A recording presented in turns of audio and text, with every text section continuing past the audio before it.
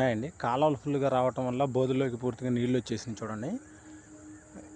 ఇప్పుడు చెరువులకి, మంచినీటి చెరువులకి నీళ్లు వదలటం వల్ల ఏమైందంటే పూర్తిగా బోధులన్నింటిలో కొన్ని నీళ్ళు వచ్చేసినాయి. బోధి పైన కట్టలేదు, దానివల్ల నీళ్ళు వచ్చేసింది చూడండి.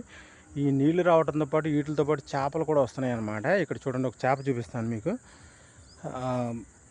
కొరమెన్ సౌడ్ అనమాట, అది ఒకటి ఉంది. అదేవిధంగా గురక కూడా ఉంది, చూడండి చూపిస్తాను. చూడండి, నాటు గురక అనమాట, చాలా పెద్దగా ఉంది. కనీసం ఒక 100 గ్రాముల వరకు ఉంటుంది అనమాట ఈ గురక. ఇది నాటు గురక. ఇది చూడండి, పై గట్టు పైన పడి ఇట్లా కొట్టుకుంటూ వెళ్ళిపోతుంది అనమాట. వీటికి ముళ్ళు కూడా ఉంటాయి చూడండి. అట్లా ఎదరికి పాక్కుంటూ వెళ్ళిపోతుంది ఇది. చూడండి, అదిగోండి, పొలాల్లో ఎంత దూరమైనా వెళ్ళిపోతుంది. నీళ్ళలో కూడా స్పీడ్గా వెళ్తుంది.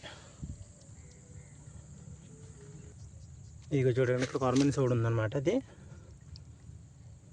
ఇది ఒక 1/4 కిలో వరకు ఉంటుంది. ఒక 1/4 కిలో వరకు ఉంటుంది ఇది, ఈ సౌడు. చూడండి ఏ రకంగా ఎగురుతుంది ఇది. మనకైతే కూరకు సరిపోతుంది ఈ చేప. ఈ 2 చేపలు,